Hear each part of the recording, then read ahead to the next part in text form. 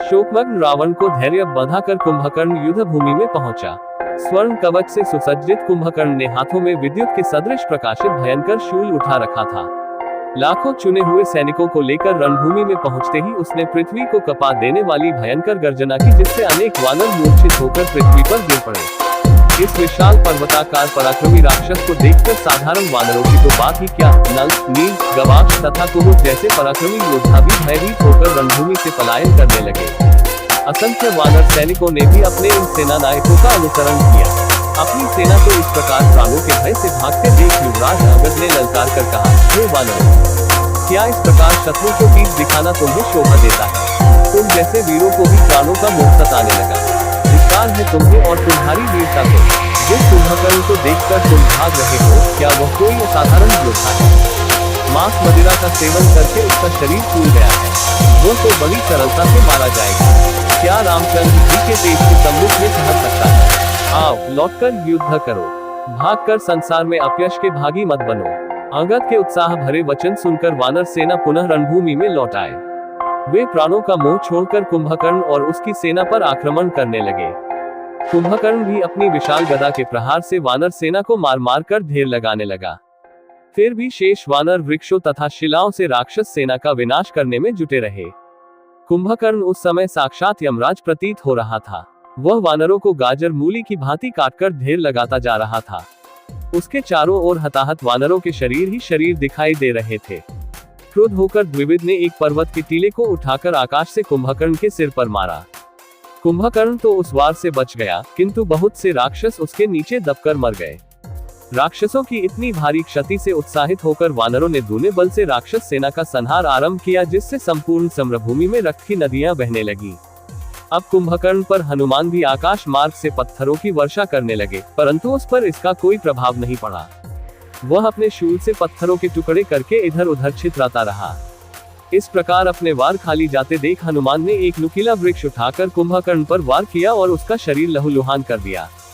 उसने जब अपने शरीर से शोणित बहता देखा तो उसने वज्र के सदृश एक शूल पवन कुमार के मारकर उनकी छाती चीर दी। उसकी पीड़ा से वे व्याकुल हो गए, उनके मुख से रक्त बहने लगा। हनुमान की ये दशा देखकर राक्षस सेना ने जयनाद किया और वे तीव्र वेग से मारकाट मचाने लगे।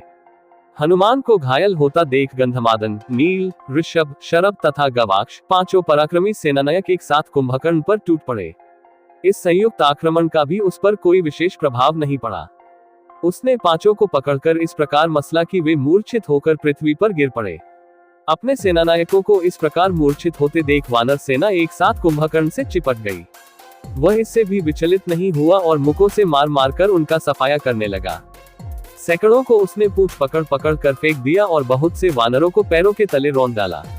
जब उसके सम्मुख हनुमान, अंगद, नील, द्विविद, सुग्रीव जैसे वीर भी न ठहर सके और वानरों का अभूतपूर्व विनाश होने लगा तो सेना में भगदड़ मच गई। उन्होंने रामचंद्र जी के पास जाकर गुहार की, हे रघुवीर, कुंभकर्ण ने हमारी सेना को तहस नहस कर दिया है। हमारे बड़े बड़े सेनापति घायल हो गए हैं। वह यमराज की भांति हमारी सेना का घोर विनाश कर रहा है। ऐसा प्रतीत होता है कि वह हमारी संपूर्ण सेना को नष्ट कर डालेगा। इसलिए हम आपकी शरण में आए हैं। अब आप ही कुछ कीजिए, अन्यथा आज हमारी सेना का नामो निशान नहीं बचेगा। अपनी सेना की दुर्दशा का वृतांत सुनकर लक्ष्मण का मुख क्रोध से रक्तवर्ण हो गया। वे राम की अनुमति लेकर कुंभकर्ण से युद्ध करने के लिए चले। उनके पीछे पीछे वानर सेनापति भी जयघोष करते हुए चले। अपने सम्मुख लक्ष्मण को देखकर कुंभकर्ण ने हर्षनाद करते हुए कहा, लक्ष्मण, मुझसे युद्ध करने का तुम्हारा साहस देखकर मैं प्रसन्न हुआ। तुम अभी बालक हो और मैं तुम्हारा वध नहीं करना चाहता। तुम लौट जाओ और राम को भेजो, मैं उसका ही वध करूंगा। इस प्रकार से लक्ष्मण का निरादर करके कुंभकर्ण उस ओर दौड़ा जहां राम खड़े थे। कुंभकर्ण को अपनी ओर आते देख वे उस पर रौद्र अस्त्रों से प्रहार करने लगे। जब इन अस्त्रों का उस पर कोई प्रभाव न पड़ा तो उन्होंने मयूर पंखों से सुसज्जित तीक्ष्ण बाण छोड़कर उसकी छाती फाड़ दी। इसकी पीड़ा से वह व्याकुल हो गया। उसके हाथों से गदा तथा अन्य अस्त्र छूटकर पृथ्वी पर गिर पड़े। जब रामचंद्र जी के आगे उसकी एक न चली तो वह खिसियाकर मुकों, लातों और थप्पड़ों से वानरों को मारने लगा। इस पर श्री राम ने उसे फिर ललकारा और तीक्ष्ण बाणों से उसके शरीर को छलनी कर दिया। तब कुपित होकर कुंभकर्ण ने पृथ्वी से एक भारी शिला उठाकर रामचंद्र जी पर फेंकी, जिसे उन्होंने 7 बाण मारकर चूर चूर कर दिया। फिर तीक्ष्ण नोक वाले 3 बाण छोड़कर उसका कवच तोड़ डाला। कवच के टूटते ही वानरों ने फिर उस पर धावा बोल दिया। उनसे घायल होकर वह क्रोध में इतना पागल हो गया कि उसे अपने और पराये का भी ज्ञान न रहा। उसने वानरों और राक्षसों सभी को मारना आरंभ कर दिया। कुंभकर्ण की ये दशा देखकर राम ने उससे फिर ललकार कर कहा, अरे राक्षस, उन सैनिकों से क्या उलझ रहा है? इधर आकर मुझसे युद्ध कर। राम की ललकार सुनते ही कुंभकर्ण सामने आकर बोला, हे राम, बहुत समय से मैं तुम्हारा वध करना चाहता था। आज सौभाग्य से तुम मेरे सम्मुख आए हो। मैं खरदूषण विराट का कबंध नहीं हूँ, मैं कुंभकर्ण हूँ। मुझे अपने बल का परिचय दो। कुंभकर्ण की ललकार सुनकर रामचंद्र जी ने अनेक अग्निबाण एक साथ छोड़े, परंतु उन्हें कुंभकर्ण ने मार्ग में ही नष्ट कर दिया। इस पर उन्होंने वायव्य बाण छोड़कर उसकी एक भुजा काट डाली। भुजा कटने पर क्रोध और पीड़ा से गरजता हुआ भी वह वानरों का संहार करने लगा। इस भीषण मारकाट से भयभीत होकर वानर त्राहिमाम त्राहिमाम कहते हुए रामचंद्र जी के पीछे जाकर खड़े हो गए। तब रामचंद्र जी ने ऐंद नामक बाण से उसकी दूसरी भुजा भी काट डाली। फिर उन्होंने अर्धचंद्राकार बाणों से उसके दोनों पैर काट डाले। इससे वह भयंकर शब्द करता हुआ पृथ्वी पर गिर पड़ा। तब उन्होंने इंद्र द्वारा दिया हुआ सूर्य की किरण की भांति जाज्वल्यमान ब्रह्मदंड नामक बाण छोड़ा, जो कुंडलों से युक्त कुंभकर्ण के मस्तक को काटकर आकाश में उड़ा और फिर उसे पृथ्वी पर गिरा दिया। कुंभकर्ण के मरते ही वानर सेना में हर्ष की लहर दौड़ गई। उनके जयनाद ने संपूर्ण लंकापुरी को थर्रा दिया। कुंभकर्ण के मरने के पश्चात राक्षसों ने रावण को जाकर दुखद संवाद सुनाया। कुंभकर्ण की मृत्यु का समाचार सुनकर रावण मूर्छित हो पृथ्वी पर गिर पड़ा। नरांतक, देवांतक, त्रिशिरा आदि राक्षस भी अपने चाचा की मृत्यु का समाचार सुनकर रोने लगे। जब रावण की मूर्छा भंग हुई तो वह विलाप करके रोने लगा, हाय, आज मैं भाई को खोकर बिल्कुल असहाय हो गया। जिस कुंभकर्ण के नाम से देव दानव तक थर्राते थे, वह वीर आज मनुष्य और वानरों के हाथों मारा गया। तुम्हारे बिना आज ये राज्य मेरे किस काम का? तुमने ठीक ही कहा था कि मैंने विभीषण की बात न मानकर भूल की थी। हाँ कुंभकर्ण, तुम मुझे अकेला क्यों छोड़ गए? बिना भाई के ये जीवन भी कोई जीवन है। मैं तुम्हारे बिना अब किसके भरोसे जीऊंगा? इस प्रकार विलाप करते हुए वह फिर मूर्छित हो गया।